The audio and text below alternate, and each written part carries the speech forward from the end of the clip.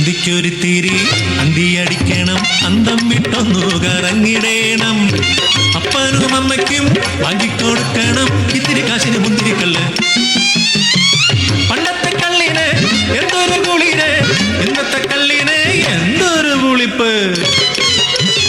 കടിയൻ, ഉള്ളുപറിയൻ, മണവാട്ടി, പെരുമ്പാമ്പ്, കള്ളുകൾ പലതരം, ഇത്തിരി കാശിന് മുന്തിരിക്കള്ള്.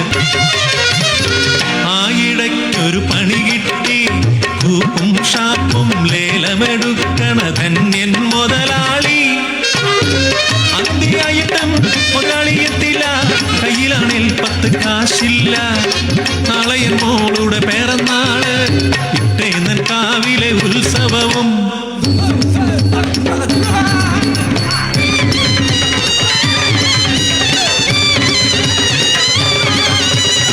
രാത്രിയായി മുതലാളിയെ തേടിച്ചെന്നു കൊച്ചമ്മ പറഞ്ഞു, മലയിലെ തോട്ടത്തിലാ മുതലാളി.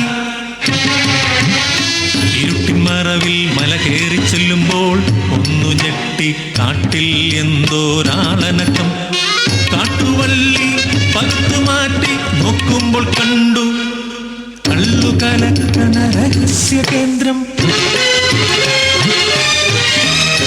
പെട്ടെന്നൊരാക്രോശം കിട്ടി, പുറത്തൊരു ചവിട്ട്.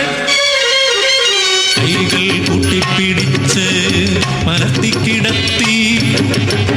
ഒഴിക്കട അവന്റെ വായിൽ പുതിയ കള്ള്, ഇവൻ ചത്തുപോയില്ലെങ്കിൽ ഭാവിയിലെ ഉത്സവത്തിന് ഈ കള്ള് വിറ്റഴിക്കാമെന്ന പൊട്ടിച്ചിരി.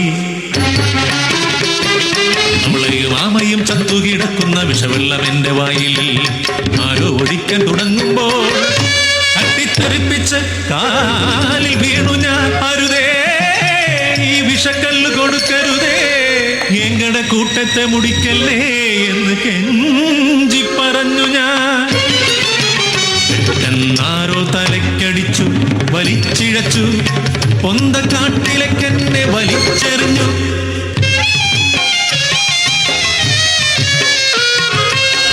കാവിലെ ഉത്സവം കാണാനാകാതെ ഉത്സവ പിറ്റേന്ന് ഞാൻ ഊരിലെത്തി. അവിടെയും ഇവിടെയും ആൾക്കൂട്ടം, പുരകളിൽ നിന്നും അലമുറകൾ, എങ്ങും മരണത്തിന് മണം മാത്രം. കണ്ണില്ലാത്തവർ വായിൽ നുരയും പതയും ഒലിച്ച് ചത്തു വീണവർ 50ഓളം ശവം. ഇടയിൽ കണ്ടു ഞാൻ എന്റെ പൊന്നപ്പനും അമ്മയും, ആരോ പറഞ്ഞു വിഷക്കല്ലു കുടിച്ചത്.